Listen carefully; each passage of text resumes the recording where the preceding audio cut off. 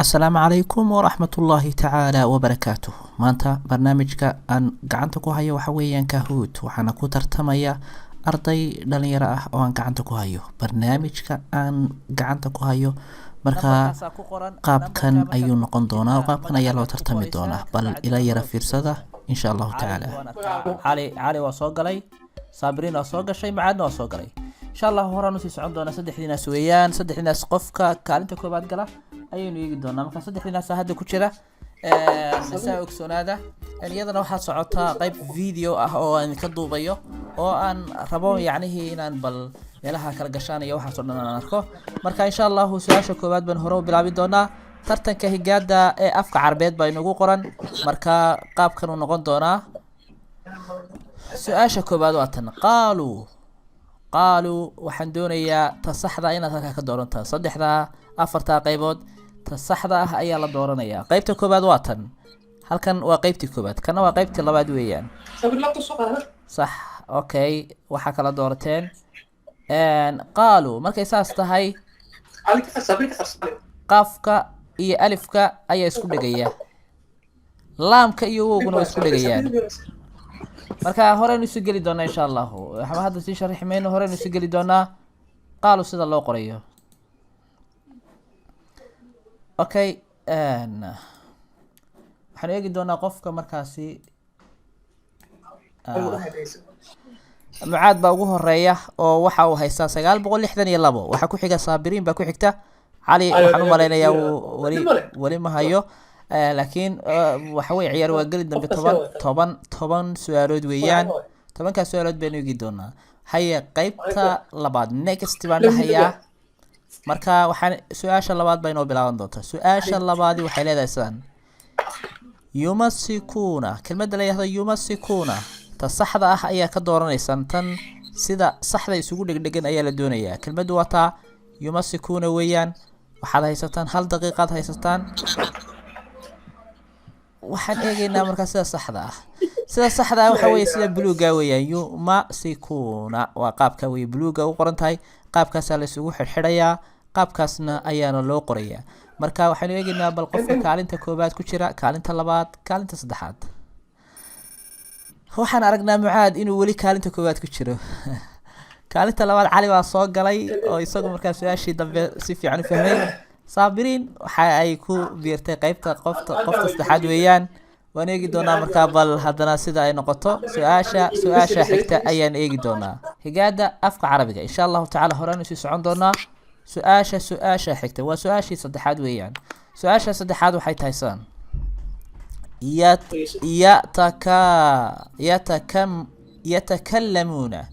yatakallamuna teebaa si saxa u qoran. afartan qaybood weeyaan ta saxda u qoran. waqti waad haysataan 50 intaas maraysaa. sakiinadu halkaas ay marayaan, waqti badan baad haysataan. ka baaraandega, ha ku degdegina. okay, waxaan arkaa saddexdiina ayaaba ka jawaabay. sida saxdu tahay waa sida buluuga, numberka buluuga saasay isugu dhegan tahay. marka waxaanu eegaynaa qofka kaalinta koobaad ku jira. kaalinta koobaad ilaa hadda Mucaad baa ku jira. kaalinta labaadi wali Cali baa ku jira. kaalinta saddexaadna waxaa ku jirta Sabriin. marka wali waa sii soconaynaa. wali waxa weeyaan waxaa inoo hadhay 7 su'aalood baa inoo hadhay. 7 su'aaloodii waxaan eegi doonaa bal qaabka ay dadku kala galaan iyo dhammaanba sida xagga dambe wax laga yaabaa in aad ka soo qaadataan, laakiin horaan u sii geli doonaa insha Allah taala. su'aasha afraad waxay leedahay yujaahiduna. kelmadda la yiraahdo yujaahiduna qaabka sida saxda ah ee loo qoro afarta qayboodi waa qaybtee. yujaahiduna ayaa la doonayaa. waa xagga sare waa kala go'an tahay. intana hadba ka ugu saxan ayaa la doonayaa in la qoro. waxaan arkaa yujaahiduna. kelmadda la yiraahdo yujaahiduna waxaa loo qorayaa sida qaabkaasaa loo qorayaa. sababtu waa maxay? alifka iyo deelka kan iyo kan dhankan waxba kagama dhegaan. dhankan xaggan waxa haadan iyo alifkan ku dhegi maayo, deelkana wowga ku dhegi maayo, iyo wowga waliba wowgana waa saas oo kale xaggana waxba kaga dhegayn. markaas keebaa saasa alifkii waa kan haadan ku dhegi maayo deelka waa kan wowga ku dhegi maayo wowguna nuunka ku dhegi maayo markaa saas daraadeed sida saxda ahi waa sida buluuga midabka buluuga ay ugu qoran tahay horaan uga sii socon doonaa insha allahu tacaala waxaanu eegaynaa qofka kaalinta koobaad ku jira macaad baan arkaa waqtiga sii dheeraystay ama xawaaraha sii dheereeyay wuxuu wataa 3601 halka cali uu ku xigo oo kaalinta labaad uu ku jiro waxaana uu wataa 1885 saabiriin ayaa iyaduna kaalinta saddexaad ku jirta waxaana ay ku haysataa 919 horaynu sii socon doonaa insha allah su-aasha xigta ama su-aasha shanaadii sidaan u noqonayaa yusaaciduuna kelmad waa yusaaciduuna keebaa si saxa u qoran kelmad waa sug aan kasar yusaaciduuna weeye kelmadu waxaa la doonayaa sida saxdaa ka u qoran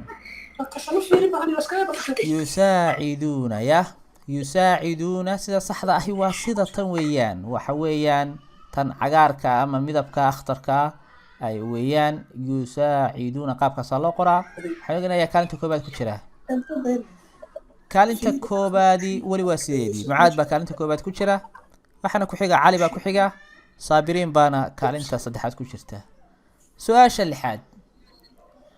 lixaad baan eegi doonaa insha allahu tacaala su-aasha lixaad waxay leedahay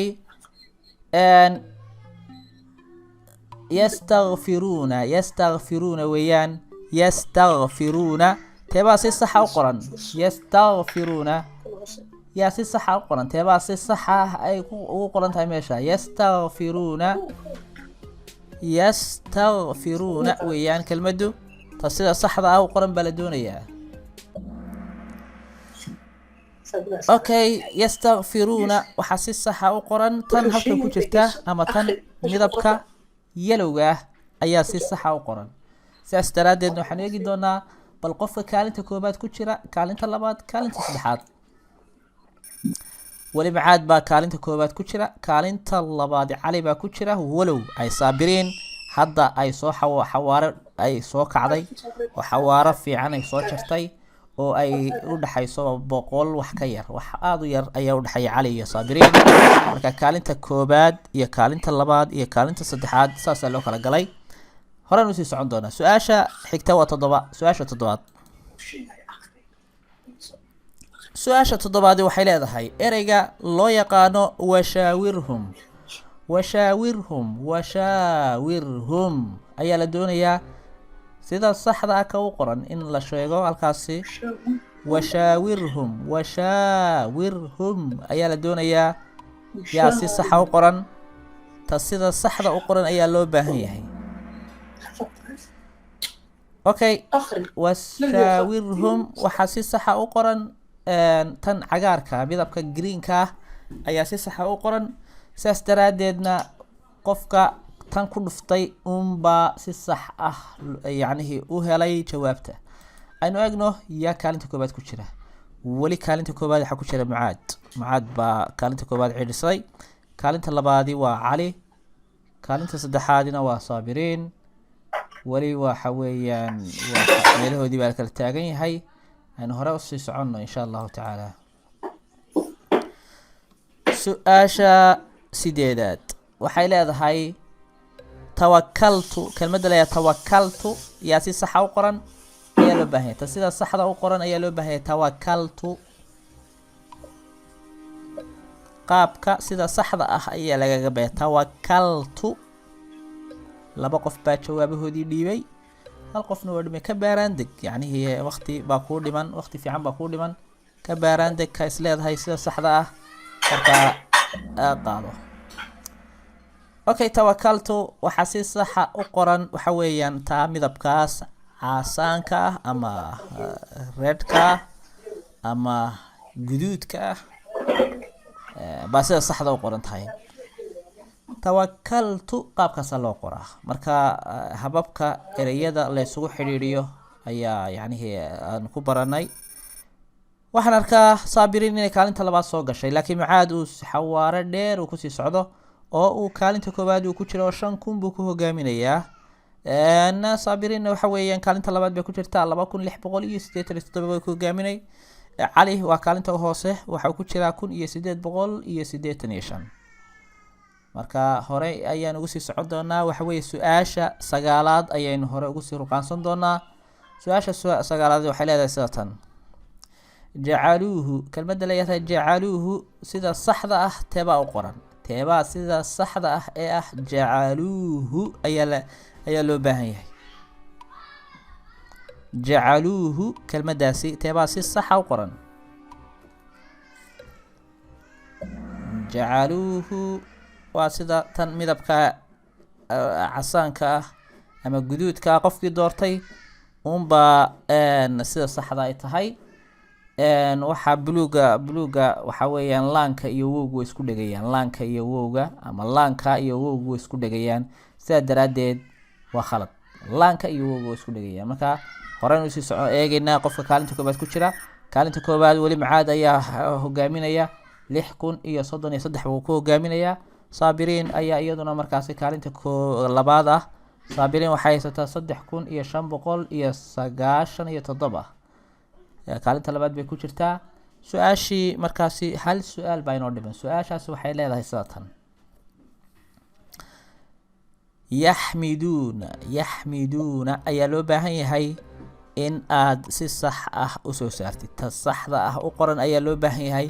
yaxmiduuna sida saxda ah ayaa loo baahan yahay ta u qoran.